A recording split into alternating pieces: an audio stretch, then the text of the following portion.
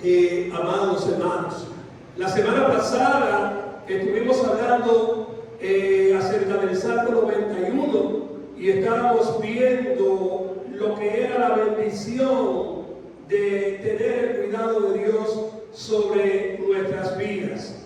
Y este salmo tan interesante que tanto tenemos que aprender de él, nos enseña que Dios es un Dios que cuida y protege a aquellos que ponen su confianza en Él.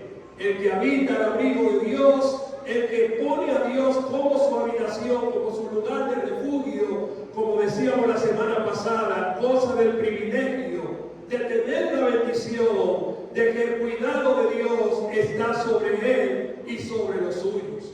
Y como aclarábamos, decíamos que este salmo no es un amuleto para que nosotros lo tengamos quizás de adorno en la casa, sino que es palabra de Dios y nosotros tenemos que creer en el Dios que habla en este Salmo 91, un Dios que ha prometido cuidarnos, que ha protegido preservar tu vida y la mía, que en los momentos difíciles que tenemos que enfrentar humanamente hablando, Dios siempre va a estar ahí. Que Él desea que nosotros, sus hijos, nos apartemos del camino de maldad y vivamos una vida que glorifique y exalte su maravilloso nombre.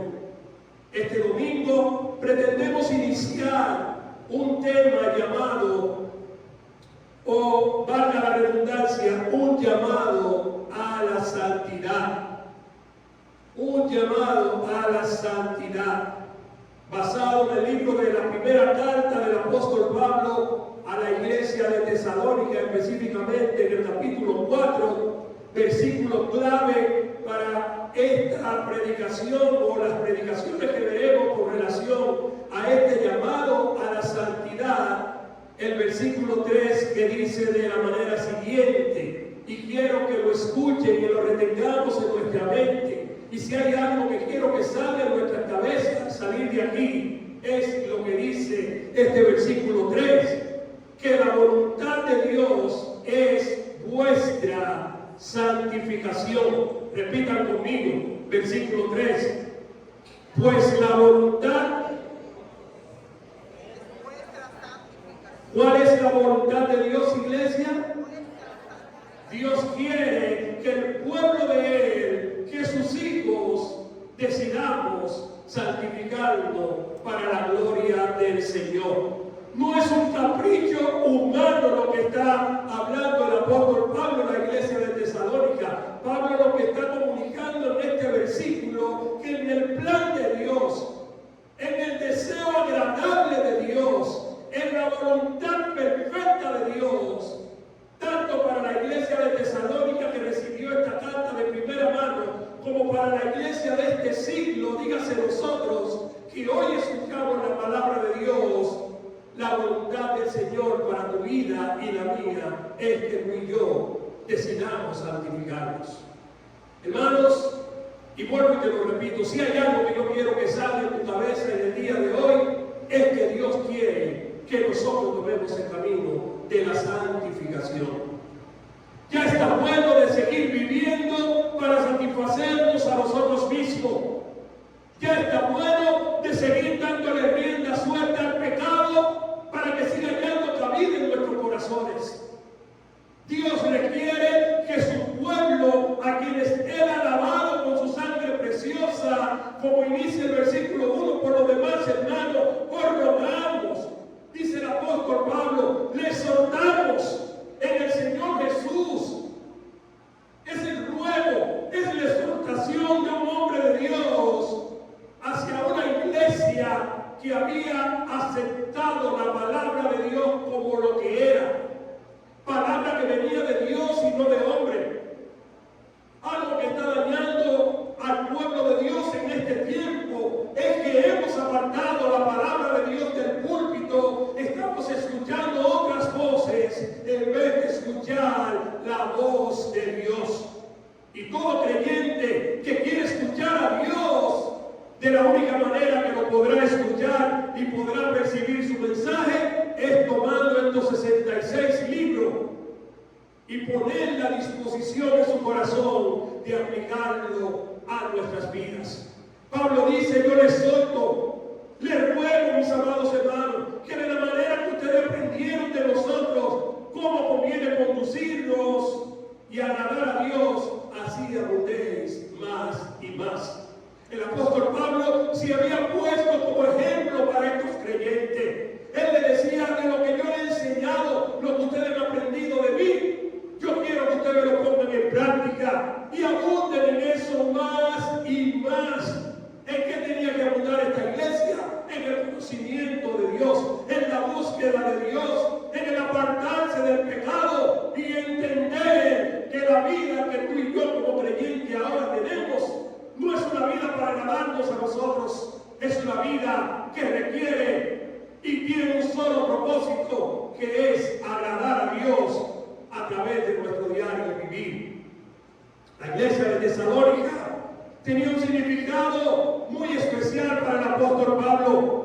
Hacemos una breve reseña cómo llega el evangelio a esta ciudad. Y en este llamado a la santificación es importante que nosotros conozcamos un poquito el trasfondo, cómo el evangelio llegó a la ciudad de Tesalónica. Una ciudad costera, una ciudad popular, una ciudad que en el tiempo del Imperio Romano era un lugar que llamaba mucho la atención por su ubicación estratégica que tenía para el comercio y conectarse con otras ciudades de alrededor. Y Hechos capítulo 17, quiero que mueva tu Biblia allá para que estés en el contexto de cómo llega el evangelio a la iglesia de Tesalónica, a la ciudad de Tesalónica. Hechos 17 nos narra allí los versículos 1 al 13 cómo el evangelio, cómo Dios movió a este hombre de Dios, a quien había llamado a llevar el evangelio a los gentiles, llamado Pablo. Hechos capítulo 17 nos cuenta y nos relata en estos 13 versículos cómo Dios movió a Pablo a llegar a esta ciudad. Y en el relato, para resumir estos 13 versículos, dice la palabra de Dios allí en Hechos 17 que durante 3 días de reposo, discutió Pablo con ellos en la sinagoga de los judíos, hablando de la palabra de Dios, enseñando lo que Jesucristo había hecho por la humanidad y cómo Cristo se había sacrificado, cómo entregó su vida, y enseñándole que ese Cristo que él predicaba no se había quedado muerto, sino que había resucitado entre los muertos. El resultado de este mensaje llevado por el apóstol Pablo, según nos narra Hechos 17, los versículos 1 al 13, ¿cuál fue el resultado de llegar el evangelio a esta ciudad? Dice la palabra de Dios que muchos judíos piadosos, griegos piadosos y mujeres nobles profesaron la fe. Mucha gente aceptó el evangelio, entendió el mensaje que el apóstol Pablo había predicado, y dice que por el paso de Pablo en esta ciudad, durante estos 3 días de reposo, que se encargó de entrar a la sinagoga y enseñar y predicar y dar a conocer la verdadera palabra de Dios y lo que significaba el sacrificio de Cristo por ellos, dice que muchos aceptaron la fe. Nació un grupo de creyentes, un grupo de personas que venían de servirle a los ídolos y ahora se convierten al Dios verdadero.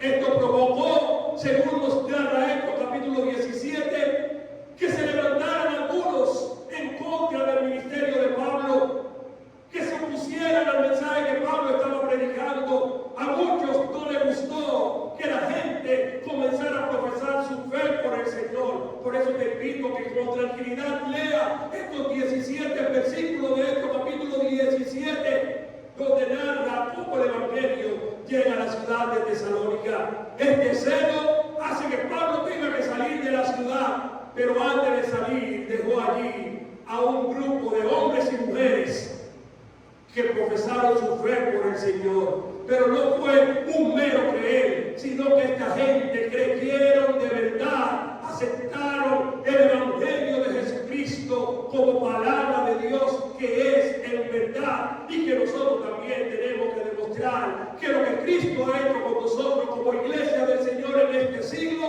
nosotros también tenemos que darle a conocer al mundo que lo que Cristo ha hecho con nosotros ha valido la pena. Que ya no vivimos de igual manera entregados a nuestros placeres, que ya no vivimos a merced de ídolos o de otras deidades que hagamos pasar como Dios, cuando el único Dios verdadero se llama Jesucristo, a quien nosotros alabamos, a quien nosotros bendecimos. El apóstol Pablo, acompañado de Silas y otros más que le acompañaban en su ministerio, tuvieron que salir de Tesalónica. ¿Por qué? Porque querían matarle por enseñar la verdad. Porque atentaban contra su vida, porque ellos predicaban un mensaje que cambia vida, que transforma corazones, el mensaje de Jesucristo. Y el resultado, lo que demuestra que esta iglesia creyó de verdad, se evidencia en estas dos cartas que el apóstol más adelante, a lo largo de su ministerio, le escribe a la iglesia que está ubicada allí en Tesalónica.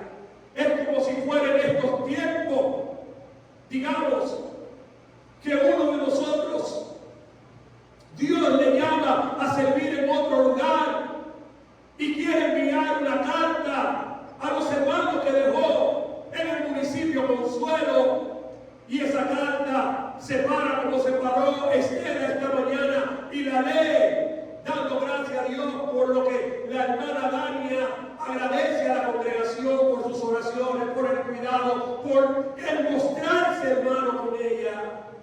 Y esa carta es leída de uno de nuestros líderes que Dios llama a otro lugar y que quedó marcado por el amor y el trato que pudimos darle a su partida de este sitio o de este municipio Consuelo. Y cuando esta carta es leída, todos los hermanos se sienten identificados con la palabra que le transmiten en cada letra y alaban a Dios y bendicen el nombre de Dios por lo que fue el Dios poner ese instrumento en determinado momento para servir en nuestra comunidad de Consuelo. Y que llegue la noticia que le envía la carta, los hermanos que aceptaron a Cristo bajo tu ministerio siguen firmes, siguen constantes y siguen gozosos y no se dejan confundir la mente porque creyeron la palabra como era, como palabra de Dios. Es lo que está sucediendo con el apóstol Pablo. Pablo no duró mucho tiempo en Tesalónica. Hechos 17:3 nos dice que su estadía allí fue por poco tiempo. Pero ese poco tiempo, Pablo, en 3 semanas, si pudiésemos decir, cada día de reposo en lo que estuvo en esta ciudad, llevó el mensaje de Jesucristo. No su mensaje, no su capricho, no lo que él entendía. Él llevó lo que Jesucristo había hecho en la vida de él, que había llamado a un pecador, que le había sacado de una vida dañada, de un hombre perverso, de un hombre malo, y lo convierte ahora en un hombre bueno que vive una vida para agradar y glorificar a aquel que le llamó. Este apóstol Pablo da gracias a Dios por estos hermanos de Tesalónica. ¿Qué valor tenían estos creyentes para el apóstol Pablo? Antes de nosotros conocer y comenzar a hablar detalladamente qué es lo que es este llamado a la santificación, es importante que nosotros conozcamos el trasfondo y qué significaba esta iglesia para Pablo y por qué Pablo le dice a ellos: ustedes deben de ser constantes, abundar más y más en lo que yo le he enseñado, en lo que yo le he transmitido a cada uno de ustedes como creyentes. Y que ustedes tengan claro que el llamado que Dios hace a su pueblo es que la voluntad de Dios para su iglesia es que su iglesia se santifique. Y vuelvo y lo repito, Dios quiere que su iglesia se santifique. Y cuando decimos que su iglesia se santifique, yo tengo que sentirme identificado con estas palabras. Es a mí que Dios me está hablando. No es al hermano que está al lado. Es a mí en personal que yo debo de decir: Dios, ¿qué áreas de mi vida aún yo no he santificado para ti? ¿Qué áreas de mi vida no están mostrando que tú verdaderamente me cambiaste, de que tú me transformaste y que ahora yo vivo no para agradarme yo, sino que yo vivo para agradarte a ti? Que al igual que el apóstol Pablo, que le dijo a la iglesia de Tesalónica, que de la manera que ustedes aprendieron, de la manera que conviene conducirse y agradar a Dios, yo como creyente bíblico cristiano tengo que preguntarle en este llamado a la santificación, ¿me estoy yo conduciendo como Dios me ha llamado a conducirme? ¿Estoy yo agradando a Dios en cada aspecto de mi vida? Yo creo, amado hermano, que hay mensaje de Dios para su iglesia en este día. Hay mensaje de Dios que tiene que ponernos alerta, porque estas palabras utilizadas por el apóstol Pablo a la iglesia de Tesalónica nos dejan a nosotros con las inquietudes siguientes. Si Pablo alaba a esta congregación porque ellos mostraron su conocimiento por Dios, evidenciaron una fe genuina en el Señor, y Pablo le dice, en lo que ustedes aprendieron de mí, deben de seguir abundando más y más. Y el abundar para estos creyentes debe seguir glorificando a Dios, conducirse de acuerdo a la vida que agrada y glorifica a Dios. Y el creyente que quiere santificarse tiene que entender, nosotros como creyentes, que para agradar a Dios, la voluntad de Dios en mi vida es que yo me santifique. Y a través de esta enseñanza, a través de este mensaje, un llamado a la santificación, yo debo de aprender cuáles son las cosas que no están dejando que yo me santifique o que yo viva la vida agradable que el Señor espera de mí. ¿Qué valor tenían estos creyentes para Pablo? Estos creyentes gozaban del elogio y del amor del apóstol Pablo hacia ellos. Y Pablo le dice que ellos habían aceptado el Evangelio y que mostraron fidelidad en medio de la persecución. Algo que la iglesia de Cristo de nuestro tiempo carece, porque nosotros queremos mostrar fidelidad a Dios, queremos demostrar que nos sentimos bien en el Evangelio de Cristo cuando las cosas marchan bien. Pero cuando llega la tribulación, cuando llega la angustia, cuando llegan los momentos difíciles a mi vida, entonces Dios se ha olvidado de mí. Si leemos el capítulo 1 de esta carta, de esta primera carta de Pablo a los tesalonicenses, Pablo resalta en estos creyentes que en medio de gran prueba, en medio de gran tribulación, ellos mostraron fidelidad a Dios. Se mantuvieron firmes porque ellos no habían creído en un hombre, ellos habían creído en el Dios verdadero. Estos creyentes gozaban del elogio de un hombre de Dios llamado Pablo. Esta iglesia significó tanto para el apóstol Pablo que cada una de sus letras que vemos en estas dos cartas demuestran o dan a resaltar el resultado del evangelio de ellos, que la palabra de Dios halló cabida en cada corazón allí. Un creyente que quiere vivir para agradar a Dios va a evidenciar con sus acciones lo que decíamos el domingo pasado citando a Gálatas, que ya no vive Él, ya no vivo yo, ahora vive Cristo en mí. Yo no sé qué Dios está haciendo con tu vida, pero del testimonio personal, las experiencias que Dios me ha permitido vivir en estos últimos días, me ha enseñado a ser más paciente, me ha enseñado a depender más de Él y no apoyarme en mi propia fuerza. Me ha enseñado a recordar pasajes, textos bíblicos que con mucha agilidad quizás en momentos difíciles uno le puede recomendar a otro, pero que cuando te toca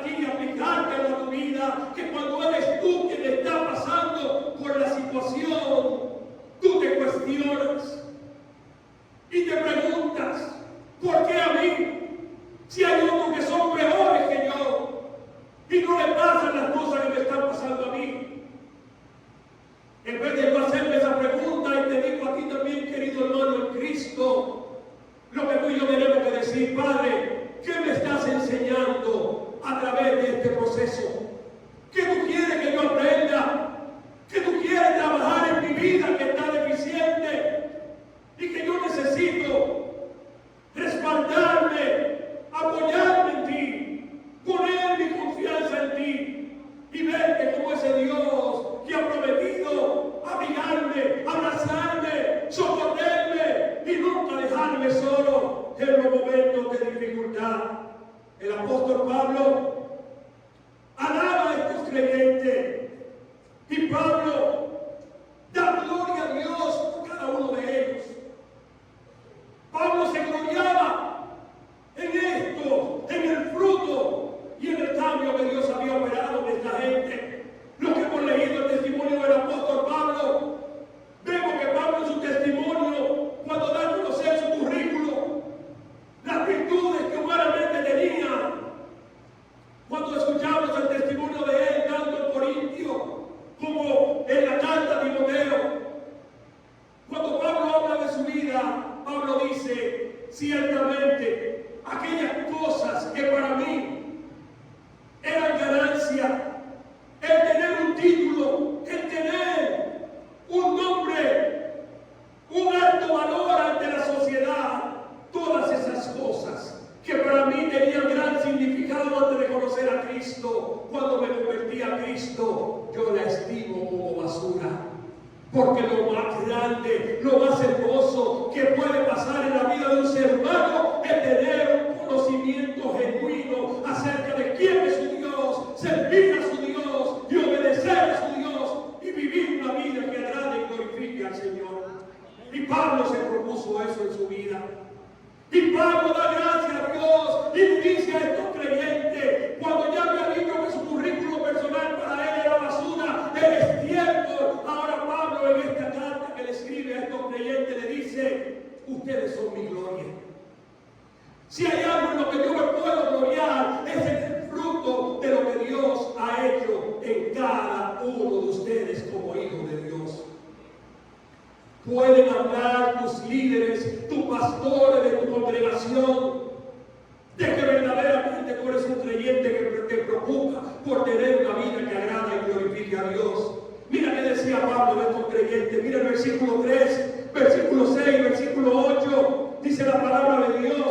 Miren, si no era gloria de Pablo, si Pablo no se sentía satisfecho por el fruto, por el cambio y por la vida agradable que estos creyentes evidenciaban de su conocimiento acerca de Dios.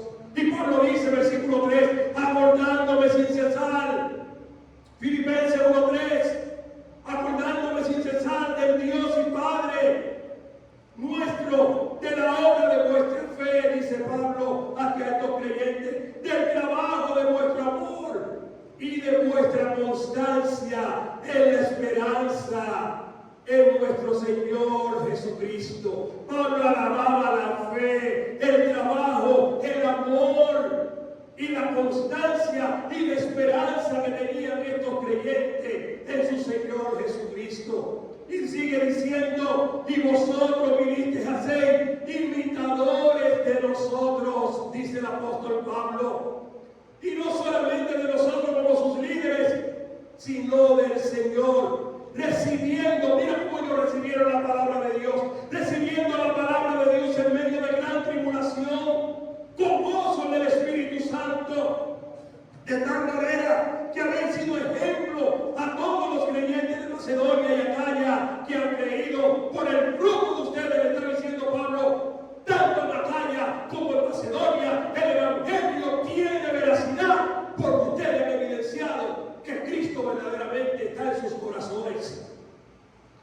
Porque partiendo de nosotros, la palabra de Dios ha sido divulgada, no solo en Macedonia y Acaya, sino que también en todo lugar. Vuestra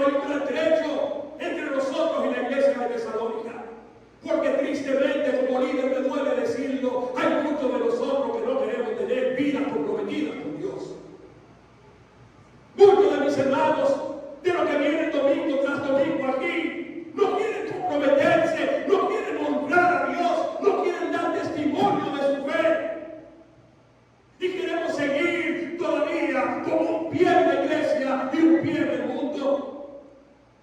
Y el creyente que recibe el llamado a santificarse decide apartarse de lo que no agrada a Dios y decide vivir para agradar a Dios en todo el sentido de la palabra. Cuando esta iglesia inició en el año 1984, había otras iglesias en el municipio Consuelo. Y el impacto que Dios provocó a través de un joven que vino a esta comunidad desde Santo Domingo, llamado José Benjamín Payano, fue una revolución en esta comunidad. Eran muchos los jóvenes que pasaban a profesar su fe en el Señor.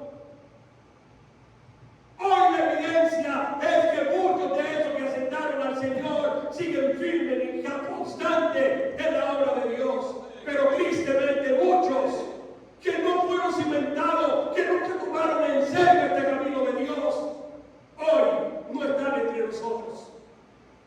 Y hago un paréntesis aquí, no están entre nosotros. No porque la salvación se pierde, porque que Dios no miente. Y sácate de tu cabeza, si eres todavía de lo que piensas que la salvación se pierde. Yo te pongo a decir ni en qué Dios tú crees.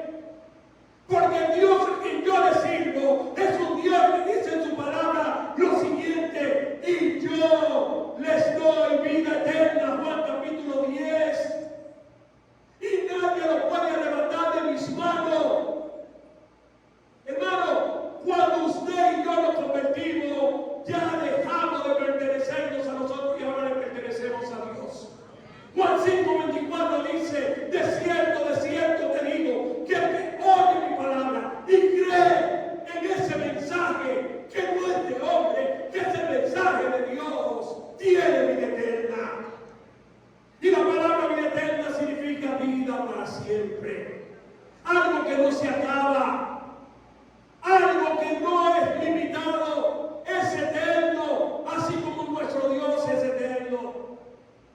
Y si tú crees que Dios tiene poder para hacer todas las cosas, si a Dios no se le escapa nada, ¿tú crees que Dios, después de darnos la salvación, se le iba a escapar que aquello que le conociéramos lo íbamos a perder?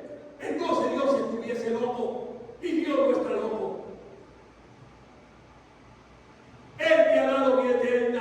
Juan 3:16 dice: porque de tal manera amó Dios al mundo, para que todo aquel que en él cree no se pierda, el Hijo de Dios, que verdaderamente cree en Jesucristo como Señor y Salvador, no se pierde.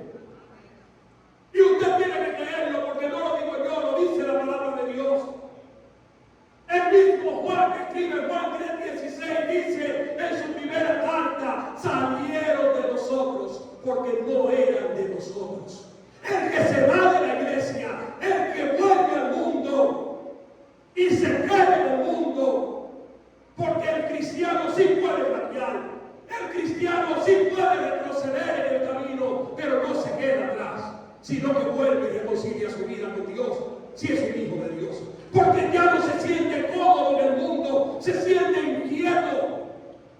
Y un corazón que ha sido lavado por la sangre preciosa de Jesucristo, dice primera de Juan, que no practica el pecado, no se siente bien en una vida constante en el pecado. Y como ya no pertenezco al mundo, como dice el mismo Juan, ustedes están en el mundo, pero no son del mundo.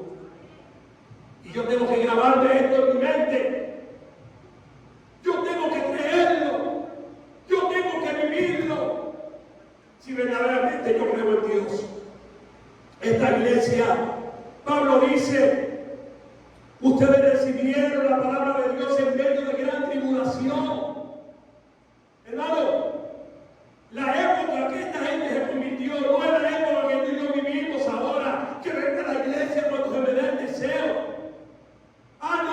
No me gusta el predicador, no me gusta cómo él habla. Problema tuyo, no es el predicador que tiene que gustarte, lo que tiene que gustarte es la palabra de Dios, porque no son palabras de él si viene a hablar en el nombre del Señor. Si usa la Biblia, está hablando palabra de Dios, y no es para tu gusto, es para que Dios sea glorificado a través de lo que su iglesia hace. Cuando tú y yo venimos a este lugar, venimos a honrar y a exaltar el nombre de Cristo,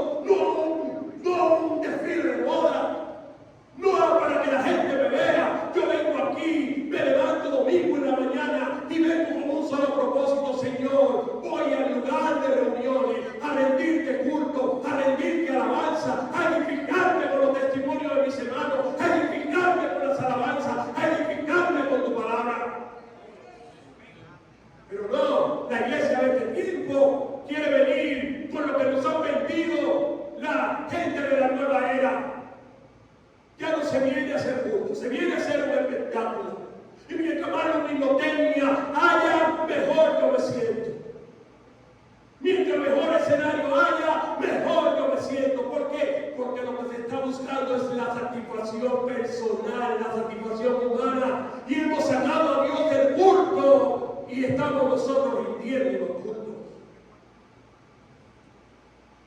Y eso que ustedes ven que está creciendo abundantemente, sus días están contados, porque todo el que saca la palabra de Dios del púlpito termina mal.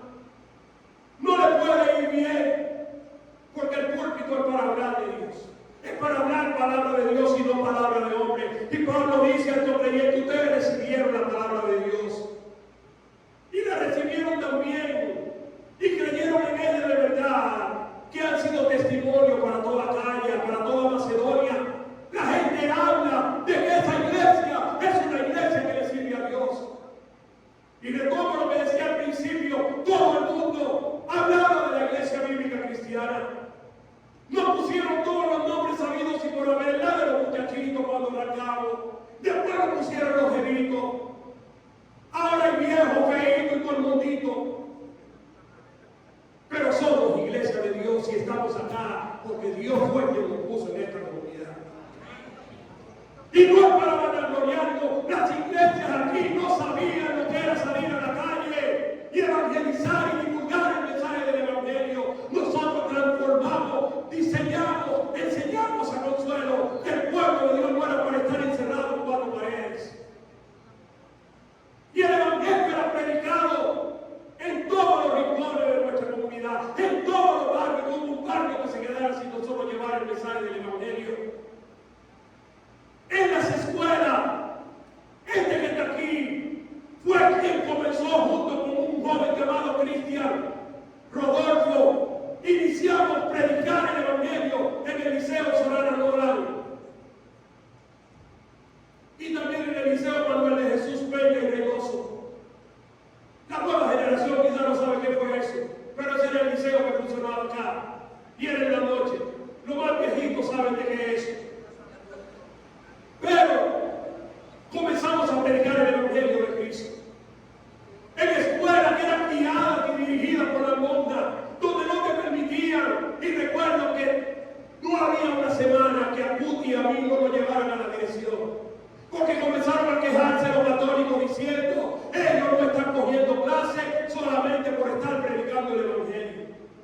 ¿Usted sabe qué es lo que a mí me duele? Que hoy ya en las escuelas los estudiantes cristianos no quieren predicar la palabra de Dios. Y lo que se llama bíblico cristiano, en las escuelas donde están, no saben que ellos son cristianos.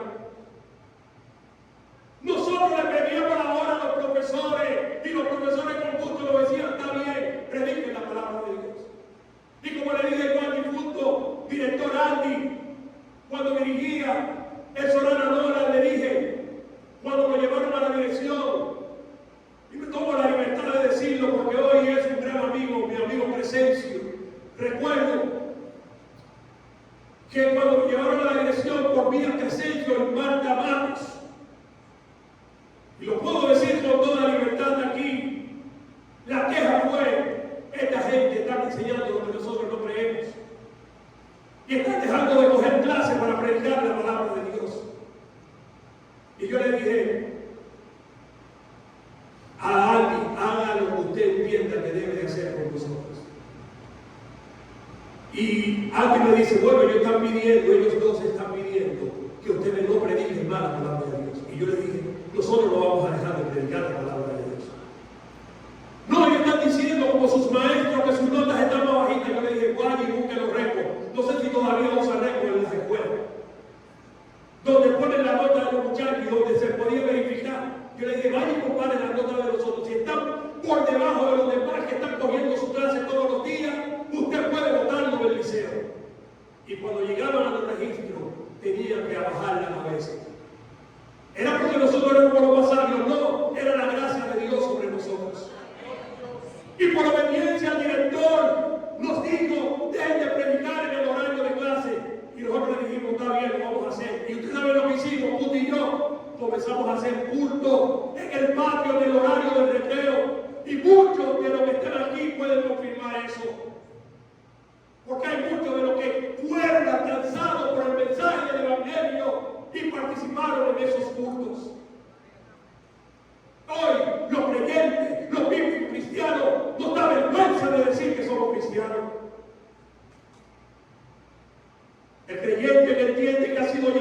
santificarse, tiene que mostrar a Cristo sin vergüenza, sin temor, y que la gente vea que yo no me avergüenzo de que me vean con una Biblia en la mano. Que en el lugar donde yo llego, yo marco la diferencia, en el trabajo, en la iglesia, en la guagua, en la universidad, en todo lugar. Cristo está por encima de todo y yo no me avergüenzo del evangelio, como dice Romanos capítulo 1, versículo 16. Porque es poder de Dios. No me avergüenzo. Estos creyentes significaban tanto para Pablo que en la segunda carta Pablo le dice: ustedes son tan especiales para mí que antes fuimos, capítulo 2, versículos 7 y 8, versículo 12 al 14 de la carta, de la segunda carta tesalonicense. Pablo le dice: la manera como nosotros como líderes nos conducimos delante de ustedes fue como la nodriza que cuida con ternura a sus hijos. Tan grande es vuestro afecto por ustedes, iglesia de Tesalónica, que hubiésemos querido, oigan bien, hermano, esto significa una iglesia que se había robado el corazón del apóstol, una iglesia que había mostrado su fe genuina en el Señor. Y Pablo le dice: nosotros queríamos ser como esa nodriza que cuida sus pueblos debajo de sus alas.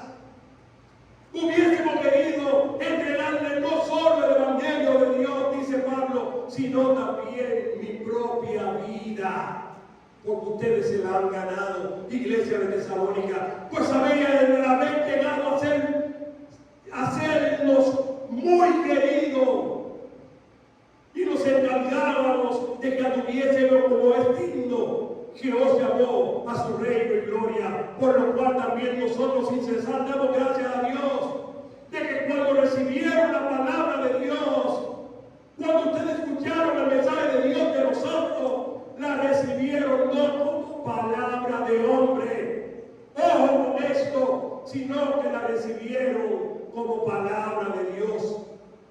Y el que recibe la palabra de Dios como tal, actúa como creyente, porque vosotros, hermanos, vinisteis a ser imitadores de las iglesias de Dios en Cristo que están en toda Judea, pues habéis padecido de vuestra propia nación las mismas cosas que ellos padecieron. Cuando Dios nos ve a nosotros, ¿qué iglesia ve? Ve un grupo de gente que vienen a un culto social, a un club social, o ven a un pueblo que verdaderamente ha decidido apartar su vida para glorificar el nombre del Señor. Estamos tú y yo viviendo la vida que Dios espera que viviésemos, de donde Él nos llamó hasta ahora donde estamos. ¿Qué impacto estoy yo causando con mi fe en este llamado a la santidad? ¿Qué vida estoy yo viviendo que glorifica a Dios? ¿Qué tanto entiendo yo que la voluntad de Dios para mi vida es que yo me santifique, que deje de parecerme un payaso de esos que andan en el mundo?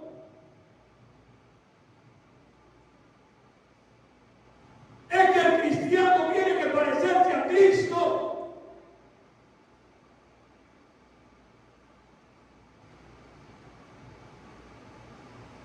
No, yo me quiero parecer a Marco Luis.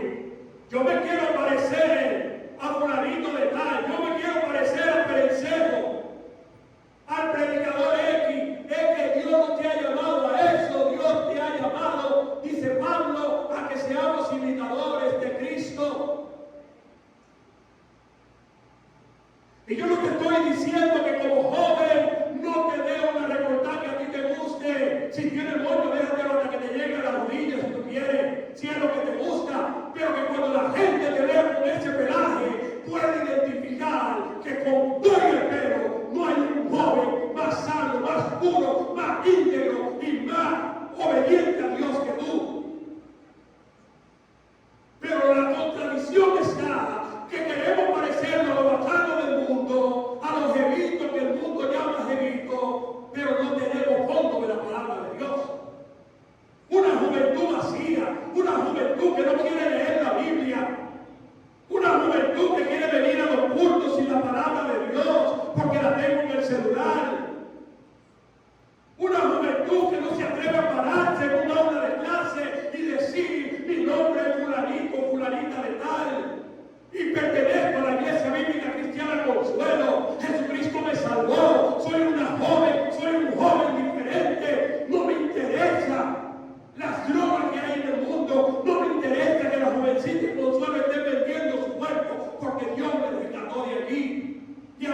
soy una nueva criatura. Y ahora yo vivo para la gloria de Dios. No. Pastor, usted está volviendo loco. Por eso que a mí no me gusta que Arturo se para ahí a predicar. Porque él comienza a decir cosas. No, yo te estoy diciendo. Yo te estoy hablando de que hay que santificarse para Dios. Y tú no lo quieres oír, esos son problemas tuyos. Y problemas que vas a tener con Dios. Pero si tú eres creyente, tú y yo tenemos que marcar la diferencia. A mí me duele cada vez que yo oigo que de uno de nosotros se habla mal. Que dice, ese convertido del PIB. Porque nos comportamos así como hijos del diablo, no como hijos de Dios. Si eres jefe, eres cruel, eres maltratador, no le hablas bien a la gente. El cristiano no puede ser así. El cristiano tiene que mostrar el amor de Dios. Tiene que evidenciar que Cristo vive en él. Tenemos que vivir para la gloria del Señor. En este llamado a la santidad, Pablo le dice a esta iglesia la voluntad que Dios tiene para nosotros es que nos santifiquemos. Cuando hablamos de santificación, hermano, cuando hablamos de santidad, estamos hablando de vivir una vida apartada para Dios. El concepto de santidad es apartarse. ¿Apartarse de qué? Apartarse del pecado, apartarse de la vida que yo vivía antes, que era desenfrenada, que era en desobediencia. Ahora yo tengo que vivir y consagrarme para Dios. Que si soy un empleado, tengo que ser el mejor de los empleados allí. Que si soy un estudiante, tengo que sobresalir delante de los demás porque ya yo tengo la mente de Cristo. Tengo que predicar con mi ejemplo, con mi vida.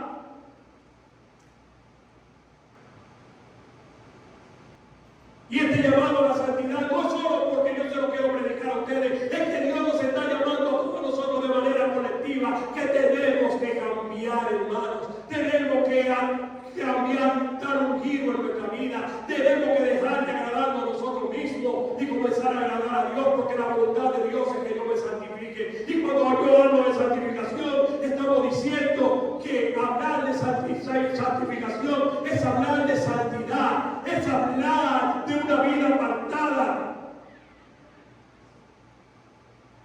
Un estilo y un concepto de vida que tiene que trasladar a mi mente de dónde viene la palabra santidad. Y la palabra santidad viene de un Dios santo, de un Dios que es perfecto en todos sus caminos. Es un Dios que no hay equivocación, es un Dios que todo lo tiene, que todo lo puede, que es puro y santo, pero que lo que va a estar con Él, como dice el Salmo 24, ¿quién entrará a tu lugar santo? Y la respuesta es el limpio de mano y puro de corazón, el que no se ha contaminado con cosas malas, ni juzga con engaño. El cristiano tiene que ser veraz, verdadero, tiene que ser santo como su Dios que es santo. Cuando yo hablo del concepto de santidad, tengo que pensar, traer a mi mente, cuando Dios me llama a mí, a que yo debo de tener una vida de santificación para Él, es que Dios me está diciendo, tiene que ser como yo. Que cuando tú veas lo puro y lo santo que yo soy, te dé vergüenza por el estilo de vida que hasta ahora he estado llevando. Que pase en tu vida y en la mía lo que pasó con Isaías. Mira, vamos a Isaías capítulo 6, versículo 1 al 3 y versículo 5. Cuando entendemos lo santo que es nuestro Dios y por qué quiere que nos santifiquemos, esto tiene que llevarnos a hacer lo que hizo Isaías. Y dice la palabra de Dios, en este sentido, cuando hablamos de que santidad nos referimos a nuestro supremo Dios, el único que es santo 3 veces. 3 veces santo es el Dios a quien tú y yo servimos. Isaías lo expresa así cuando Dios le llama al ministerio. Y dice Isaías capítulo 6, versículo 1 en adelante, en el año que murió el rey Usías. Oye la palabra de Isaías.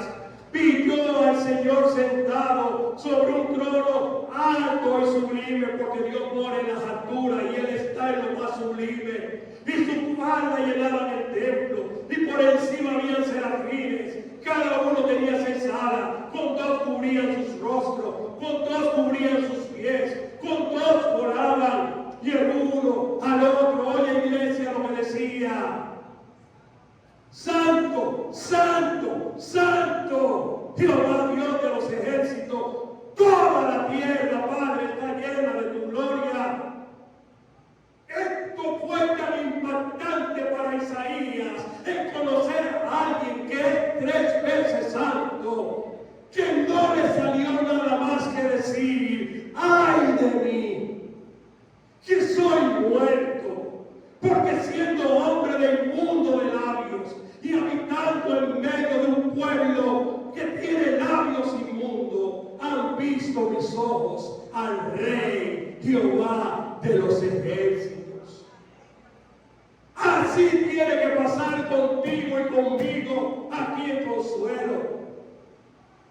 Que cuando nos vemos rodeados de tanta gente mala, inmunda, perversa, y Dios tiene misericordia de ti y de mí, y nosotros sabemos que Él es tan puro, que Él es tan perfecto, que Él es tan santo 3 veces.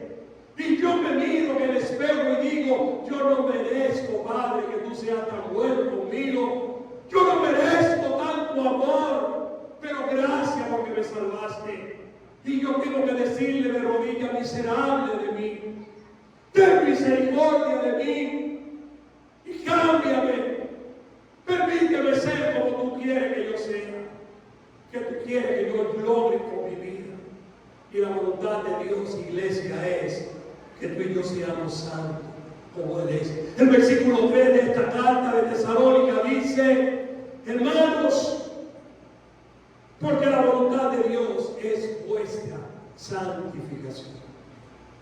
Ya es tiempo de que dejemos de hacer nuestra propia voluntad. Es tiempo de que comencemos a ver qué es lo que Dios quiere que yo haga. Que me meta más por la Biblia, que comience a orar. Nosotros los grupos de oración comenzamos llegando a 100 y pico de gente. Ya los hermanos se sienten que ya ha habido muchos cultos de oración en los hogares. Hay hogares que han bajado el número. Hay hermanos ahora que por cualquier pretexto ya no quieren ir al culto de oración del martes, aunque se lo estamos poniendo en bandeja de plata, se lo estamos poniendo ahí en su propio barrio. Y ellos ahí, miren, les tengo noticias. Hay gente que todavía no ha ido a un culto de esto que se está llevando a cabo. Y usted y yo lo conocemos.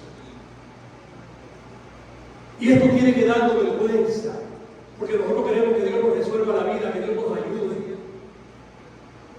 Pero para que Dios nos ayude, hermano, tenemos que estar en la voluntad de Dios. Y la voluntad de Dios es que nos santifiquemos. La voluntad de Dios es que nos apartemos de lo malo que estamos haciendo. Yo no tengo que decirte qué es lo que tú estás haciendo mal.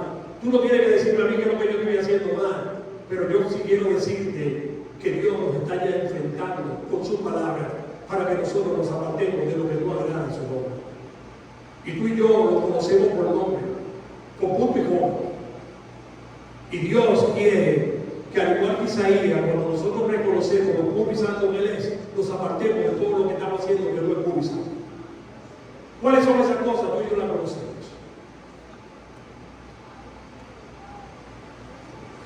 Cuando volvamos otra vez a retomar este mensaje,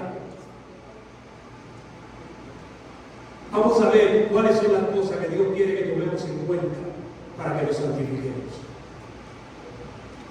¿Cuáles son las cosas que yo tengo que comenzar a tomar en cuenta para que no me están permitiendo a mí hallar la santificación que Dios quiere para mí?